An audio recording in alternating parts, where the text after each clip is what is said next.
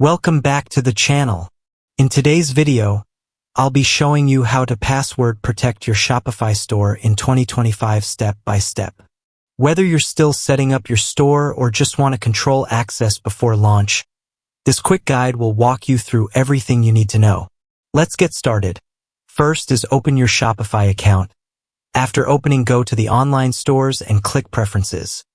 In the Preferences, set your password and the message for your visitors and click Save. Now click Themes and click Customize. Now here, click Homepage and click Password. Now here, set everything of your preferences and click Save. And that's it.